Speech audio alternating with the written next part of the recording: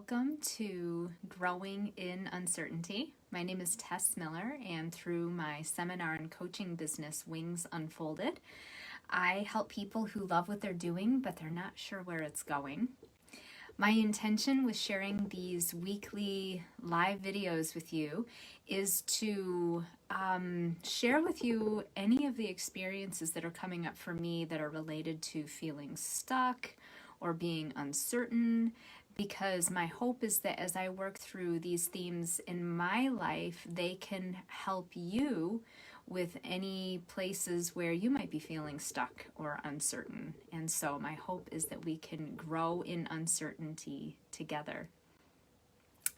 So I have started offering some new services along with my coaching practice, and I'm really excited about it, but it's all so new, sort of. It's a little confusing. So as you may know, I'm a musician, and I have been a professional orchestral, classically trained musician for my entire career. And then I decided at some point to add coaching into what I offered. And this stemmed in large part because of experiences with my own students and really noticing the joy I had when working with my students and helping them get untangled from any place in their life that they felt stuck. And as I've been going on this coaching journey, I've realized that actually the music and sound can have such an important role to play in my coaching sessions. So I have started to offer some sound healing during my coaching sessions, and I'm noticing that it's really helping my clients take their process work and their personal development work to a whole new level. So that's been a very exciting development in my practice that I wanted to share. And one of the biggest reasons I'm sharing this with you is because of the thoughts and feeling experiences that are coming up for me around this new way of doing things. And what's been coming up for me is my fear of failure, or my fear of being imperfect. That's always been a theme in my life. I know it's been a theme that I've worked with a lot of clients on before. And so, I wanted to share with you what those themes are and how I'm working with them these days. Because the thing with having to be perfect or holding ourselves to a perfection standard is that we can actually stifle our development, our growth, our creativity. And in that stifling, we can actually make ourselves stuck. So anyway, one of the things that I'm noticing that comes up for me as I'm incorporating this new modality into my coaching is all the thoughts that have been coming up for me. And some of these thoughts, I realize with awareness, some of these thoughts are so pervasive and have been so pervasive in my life that I don't even really notice them, because they're like your living room furniture. After a while, you just don't even notice them anymore. But they're there, and they're sending a message that can be so painful to deal with. So I wanted to share some of the thoughts that have been coming up for me around this theme of trying to be perfect or worrying about failure. So one of the thoughts is, what if I make a mistake? Another one is, what if they don't like the sounds that I provide? Or what if they think it's stupid? Or what if it's not perfect? And then finally, what if I fail? So those are the most pervasive thoughts that are coming up for me. My relationship with failure and the need to be perfect has really evolved over the course of my life. I mentioned this in the weekly newsletter that I send out to everybody. If you're not receiving that and you're interested in receiving that, you can go to my website, www.tess-miller.com, and you can sign up to receive that on my website. So anyway, somehow I got into a pattern of believing that any mistake that I made in my life meant that I had failed.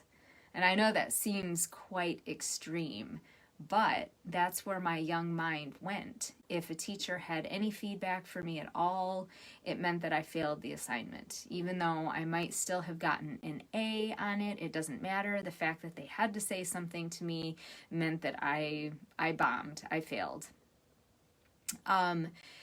And you know, if things didn't come naturally to me, like oftentimes certain kinds of math would not come naturally to me, and I would take that as a sign of, oh, I'm just stupid. There's something wrong with my brain. I'm going to instantly fail at this. And sometimes I would stop trying, you know, because why fight what nature has given me. And I also noticed myself working really hard on a daily basis to make sure that I wasn't putting myself in a position where I would make a mistake, because I didn't want anybody to notice that. Looking back on that pattern, it seems really silly to me. That's definitely not how I have ever viewed other people making mistakes. You know, I've never held other people to that kind of a standard of perfection. In fact, often I would see other people making mistakes and I'd be really jealous that they could make that mistake and then go on with their life like nothing happened. You know, it was just part and parcel of life, and it was fine. And that always amazed me. How can you just, accept that mistake, that experience in stride like that? Oftentimes what I noticed too is that they would focus on what they learned rather than what went wrong. And that eluded me for a long time as well. Like, how do you get over the icky emotions of doing something wrong and get right to focusing on what you could improve for next time? Such a foreign concept to me back then. But I also know that as a teacher, I recognize, and I've always recognized, that my students need to make mistakes. Making mistakes is part of the process of learning. And if I really, thought hard about it in my life earlier, I could see how making mistakes were really beneficial to my own development. For example, the time that I might have played in a rehearsal during a rest, when the whole ensemble was supposed to be quiet, and I played on that rest. Oops. I'm glad I did it during a rehearsal rather than the performance. And the fact that I did it during the rehearsal meant that I made sure that I did not do it during the performance. Or when I would get something wrong on a homework assignment, but then I would nail it on the test. Well, obviously, the fact that, I got my mistake out on the homework assignment meant that I could do really well on the test. And as it seems to be cybersecurity awareness time, I don't know if you guys have noticed that lately, all of the emails reminding you to change passwords and whatnot. I know that there have been times when I've gotten the answers wrong to, our workplaces tend to make us watch those videos about cybersecurity. And I know I've gotten answers wrong on those tests that they make you take at the end of the videos. But I can tell you that on more than one occasion, the fact that I got that question wrong meant that in my real life, I made sure that I didn't make that mistake, with a phishing email or some kind of scam. So it was good that I made the mistake on the silly little test and not in real life. So just something to consider. Knowing all of that, why did it take me so long to shift my perspective on perfection. It really did. It took a really, really long time. And I think it was in large part because of the fear that I was holding on to about imperfection or failing or the perception of failing. My fear had to do with what if people laugh at me or they're judging me harshly. I was afraid that I'd have to work really hard and spend a lot of time correcting my mistake or really learning something to the best of my ability. And I think I was also afraid that I'd never really get it. If something didn't come naturally to me, what if I never understand it? Or what if I'm left behind? What if they find out? Impostor syndrome can be a big thing that holds us in this pattern of seeking perfection all the time. Well, as long as I look like I'm perfect, then they'll never know how much of an imposter I feel on the inside, right? But in the end, I finally was able to make the shift.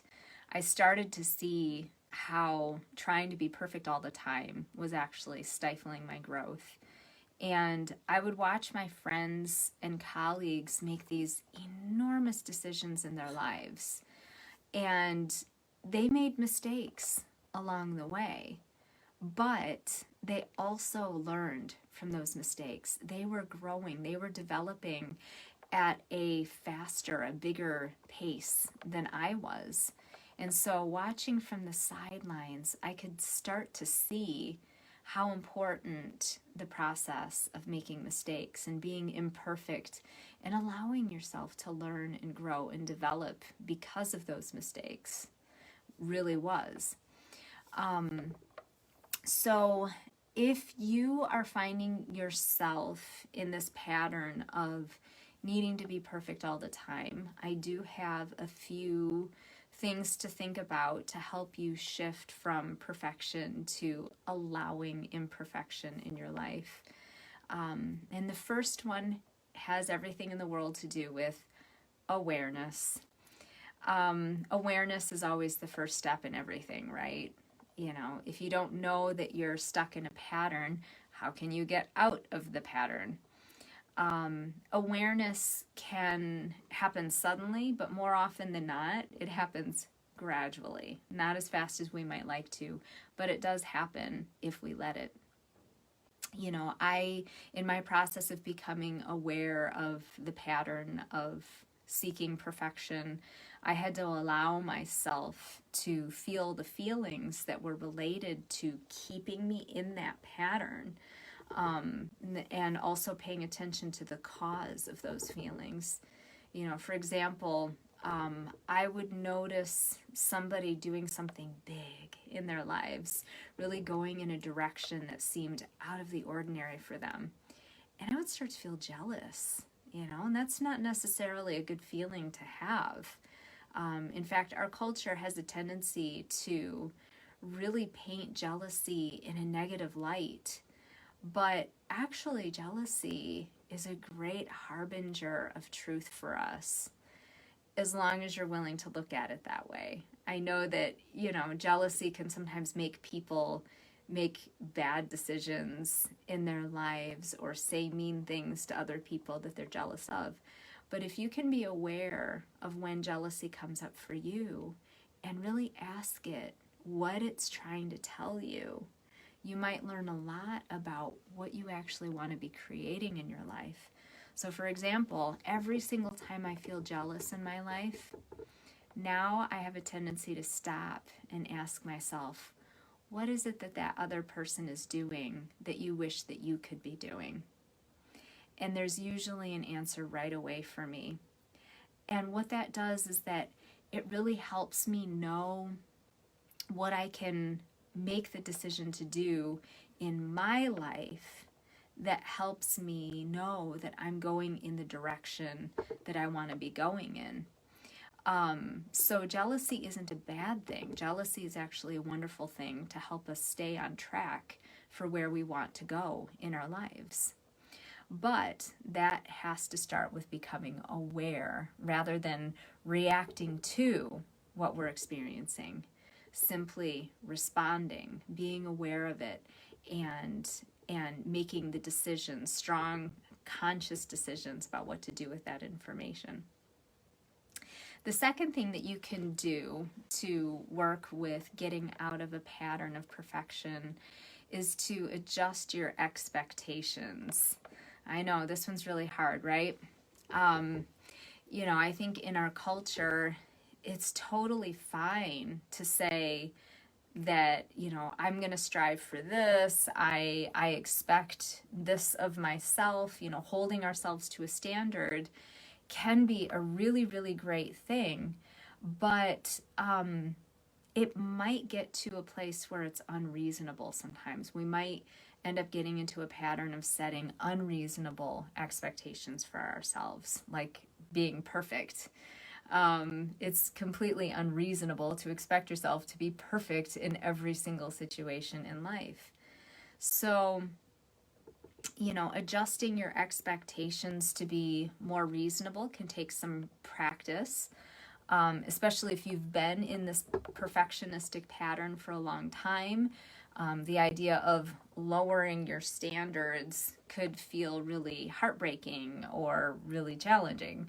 But I like to think of it like when you're listening to music on headphones, and maybe you listen to it for a while and it's really loud, like it's past the optimal settings for your headphones. And you realize this and you turn the volume down. But when you put it back to the optimal levels, at first, it's going to feel like it's way too soft, and you're going to be like, oh no, I'm going to miss, some of the lyrics, or I'm going to miss what they're saying on the podcast or whatever. Whereas if you had started a little bit lower than your optimum for headphone settings and then turn it up, that optimal setting mark feels just right. So, and maybe even a little loud. I don't know. It just kind of depends. So it has to do with our perceptions and where we're coming from. Lowering our standards. If you're used to setting the bar way higher for yourself than anyone else in your life, then it's going to feel like you're holding yourself back at first. But really what's happening is you're holding yourself to a reasonable expectation. So this takes time. Give yourself that time to adjust your mindset around that. And, consider what you think would be reasonable for someone else in your life. Sometimes it's easier to see, from, looking at a friend and their life and considering everything that they're dealing with, and, creating expectations for them might look very different than creating those expectations for ourselves. So maybe using your friend as a reference point. Well, I wouldn't expect my friend to be perfect because, not that there's anything wrong with my friend, but just because I know my friend is human, and, I trust them to learn from their mistakes and keep growing. Well, why wouldn't you do that for yourself? So that's adjusting your expectations over time. The third thing that you can do for yourself as you're getting out of the pattern of perfection is to have self-compassion. And I know I've talked about this before. There's a video earlier in the Growing in Uncertainty playlist called Cultivating Self-Compassion. So if you want to know more about how I work with self-compassion in my life and how you might cultivate more of that, you can check that video out. I can't remember, I think it might have been last May or something like that, but it's there either on the Facebook page or on YouTube. Self-compassion is the ability to acknowledge our own suffering and make decisions to ease that suffering. Again, once you have awareness of the mental and emotional pain that you're experiencing, and you recognize that it's actually you who's causing it, it's going to be a lot easier to have compassion towards yourself. So if self-compassion feels too hard to do right now, it's going to be important to take baby steps to get there. And my video shares what you can do about that. The fourth thing that you can do to get out of the perfectionism trap is to tell yourself to stay in your own lane. And what that means to me is that, we're all walking our own path in life. The minute you start looking around at what other people are doing on their paths, that is the moment when you've stopped focusing on yourself and your own growth. You're focusing on their growth and thinking that your growth should look like their growth. But their growth is unique to them in the same way that your growth is unique to you. So, making comparisons like that can actually make us feel really bad, and it can make us stop progressing on our own path because we think we have to get over to that other one. And it also can make us feel like, I guess I'll just give up. We can end up giving up before we've even had a chance to start. And comparing ourselves to each other also stifles our own creativity. We're constantly thinking about, well, how would so-and-so do it? Rather than, well, how would I do it? How would I make a decision that reflects the uniqueness of me, my personality, my gifts, my strengths, my interests, my ideas, my beliefs, all of those things. And you might never think that you can do as well as you actually can do. And it's important to remember that. I think we have a tendency to, in our imaginations, keep ourselves small. Like, oh, I'd never be able to do that. Well, you might never be able to do what your friend is doing, but you might do something that's way bigger than you could ever have imagined for yourself. So it's important to stay focused on your own process. And staying in my own lane, I've noticed, is something that takes a lot of discipline. Again, there's that whole jealousy thing that can come up and distract me. But I have to be very disciplined and diligent in saying, okay, yep, I see what they're doing. That's nice for them. But let me get back to my own work and what I'm trying to create here, and let's see where that goes. Because chances are really good what I'm doing is distracting them. So, not that I want to, definitely, but, it's not just a one-way thing. So if we can all just stay focused on what we're trying to create, the more we can allow our own unique creativity to shine through. So finally, you can, and this is my favorite one probably, of getting out of the pattern of perfectionism, you can rewrite your what ifs. Remember how I had that whole list of thoughts that were coming up for me, and they all started with, well, what if I fail? What if I don't do it right? What if people don't like it? It can be a really powerful practice to rewrite your what ifs. So here's how I would rewrite mine.